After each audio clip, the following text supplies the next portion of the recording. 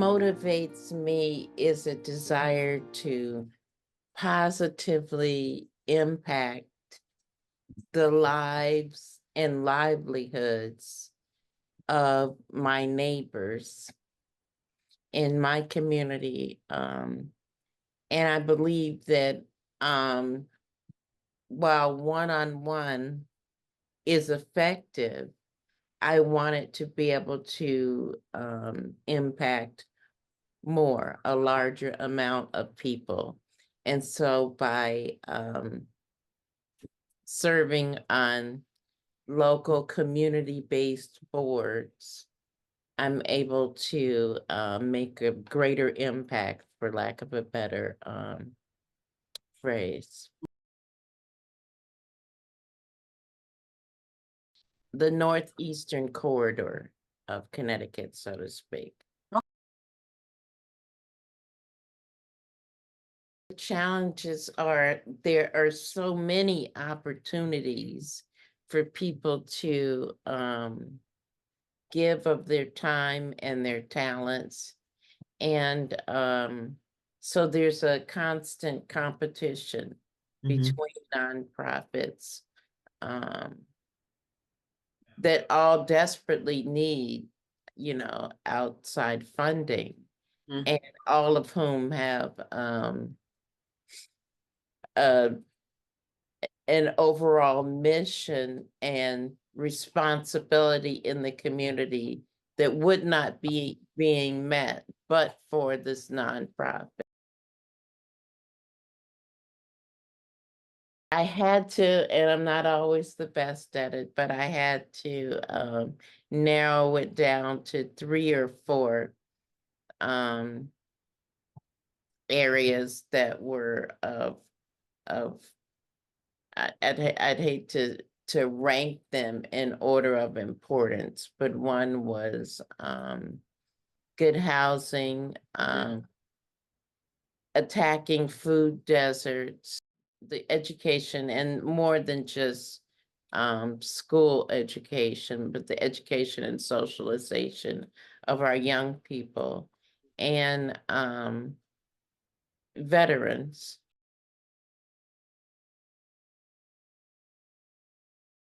I often say that if I can help but one individual to realize their self-worth, at some point, all of us need some form of a leg up, a helping hand. And if I was able to do that, if that were part of, say, my eulogy, she was able to help a couple of people to get back up, that I would consider, as the saying goes, that my living had not been in vain.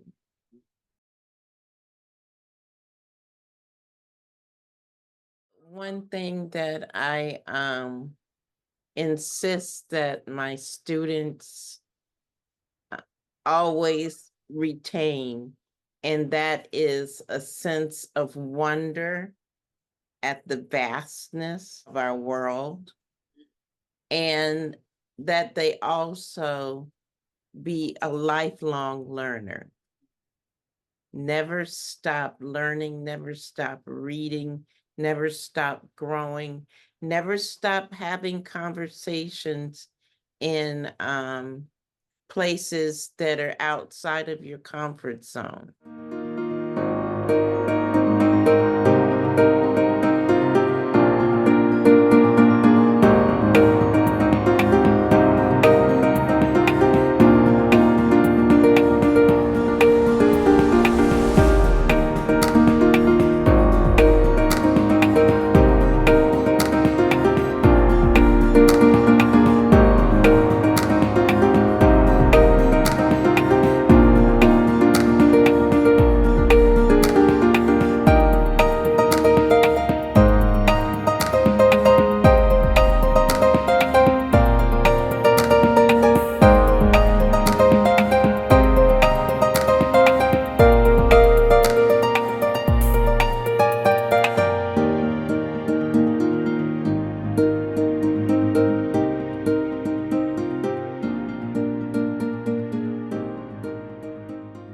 things that motivate me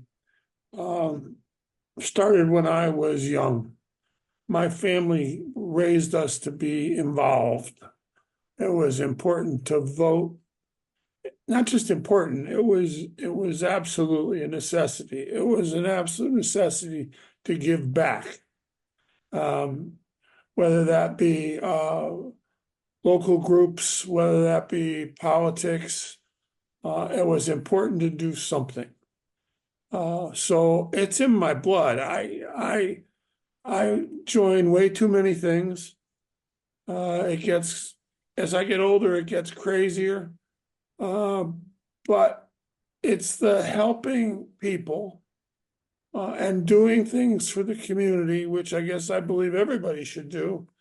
And many times it seems like it's the same people that do it over and over and over again.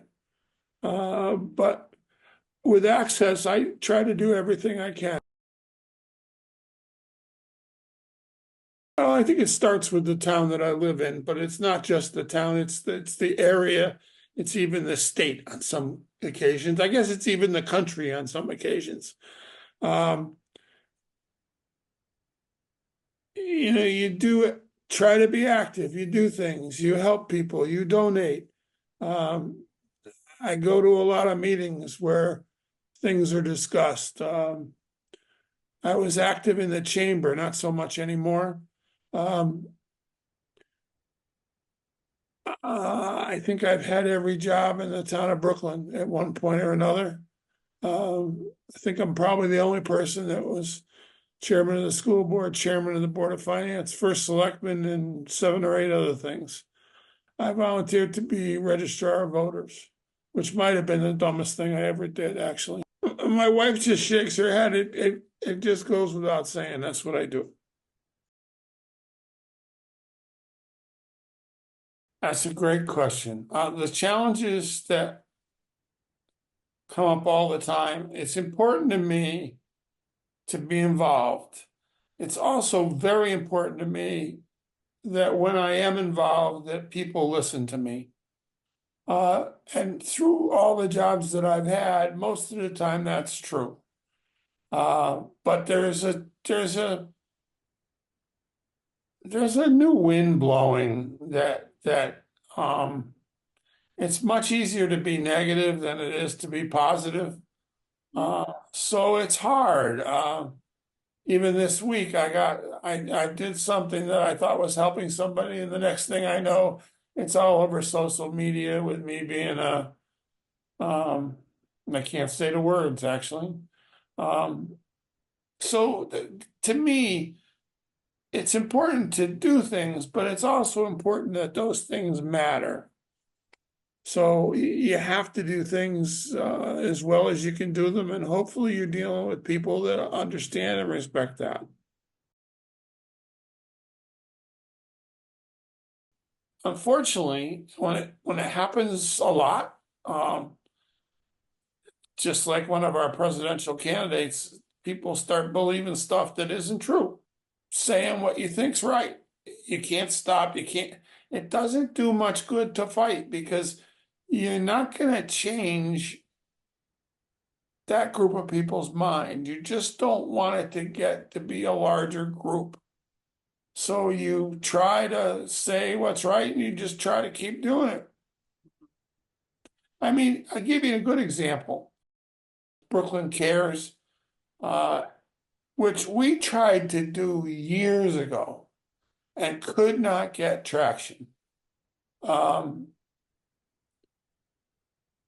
And I think it was we just didn't have the right group of people. Not even sure why, but the right group of people came together. It's been very, very successful, and it's growing, and it's offering things to people that they truly need. You know, it was going to start out as a clothing closet, and now it's a clothing closet and every other kind of thing you can think you might need. Plus, we got the Access food truck. Plus, we have our own food pantry, and we're having a hard time keeping enough stuff in that pantry. And that's a great problem to have. People responded. So that's what's really good when that happens. very proud of our school system. And I've spent a lot of time and a lot of effort to hopefully keep it good and make it better. We've had a pretty good reputation as a local school system to the point where many people moved to town because of the school system. I think we had a superintendent who was there for 40-something years. And she did a great job. It was scary when she left, superintendent who was spectacular and actually made the district better. And she's also very involved with the community cares. And she's retired as a superintendent, but she's still very involved with the community care center. So I'm proud of that. I'm proud of being first selectman. We did a lot of things that people don't see. We changed things like phone systems and computer systems. We digitized town records back to the 1700s. We're one of the few towns in the state of Connecticut that's completely digitized. We didn't get a lot of credit for that stuff, but frankly, it's made a huge difference in the way that we operate and the way people can operate with us. We need a new library and a new town hall as well. And one of my goals when I first got elected was to get both of those. The library is problematic because we don't need a library like we grew up with. We don't need 15,000 square feet and 27 million books, because people are accessing that stuff differently, whether it's online or through programs that the library offers or books. And we need it badly because we have a tiny library that's very hard to do much of anything. Hard to get people on the same page of what they need, and if you can't do that, you'll never get it approved. What do I give and what do I get from Access? How do I say this? I've been on dozens of boards, dozens. The Access board is very different than most. It's larger than most, number one. I realized after the board meeting we had the other day, we have a lot of new people. That changes the whole dynamic of our meetings, because that made me think that the whole Access's board is sort of constantly in a state of evolution. Sometimes it's very functional. Sometimes it's taking a step back and trying to get to the point where it can be very functional.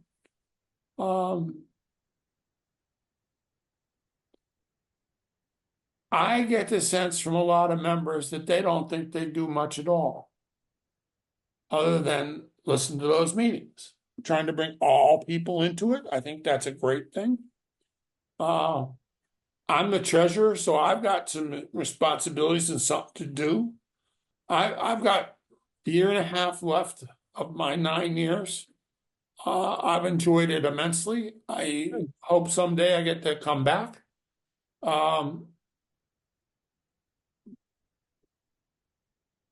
But like most boards, it's the staff that does the work.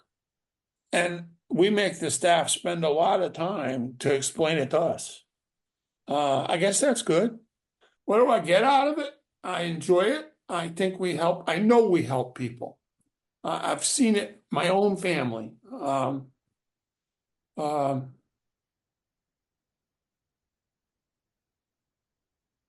think we're very lucky to have a financial person that keeps us on track every step of the way.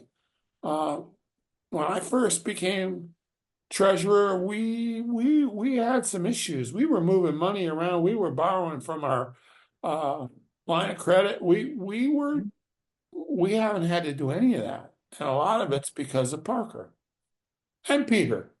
Together, they make a good team. So I enjoy that. I enjoy everything. I enjoy working with Peter. In the beginning, we had a revolving door of staff. We've got people in positions that I think should be in those positions, and they're doing a good job. Like, it's really cool when I sat at that meeting with DSS and they said, we want to tell you, you don't have any issues. Well, that was huge. That made me feel good. Never mind me. I know everybody else felt ecstatic. So, like I said, I think everything's good about Access right now.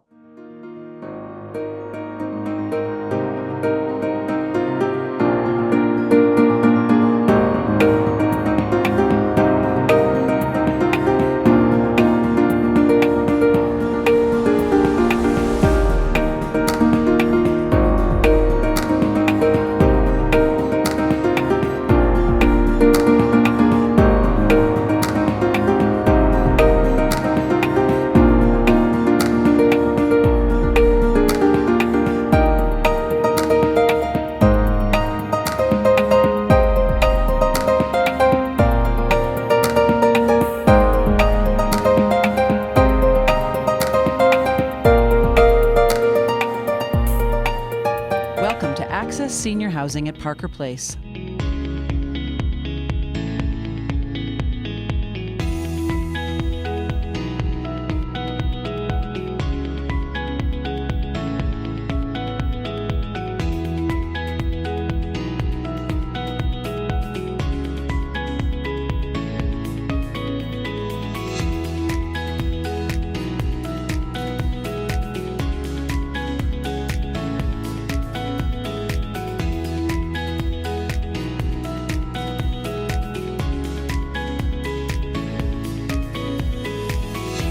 Welcome to Access Senior Housing at Parker Place, located at 100 Old Post Road in Tallinn, Connecticut. Enjoy 1 and 2 bedroom living in a quiet rural setting, minutes from shopping, dining, healthcare, and other important services. Individuals and couples 62 and older can enjoy comfortable, affordable living in a supported environment. On-site property management and resident services coordinators help support Parker Place. Residents can enjoy community rooms and kitchens, on-site laundry, and a pet-friendly environment. For more information, visit Access Agency's website at www.accessagency.org or call us at 860-454-4300 to learn more and how to apply.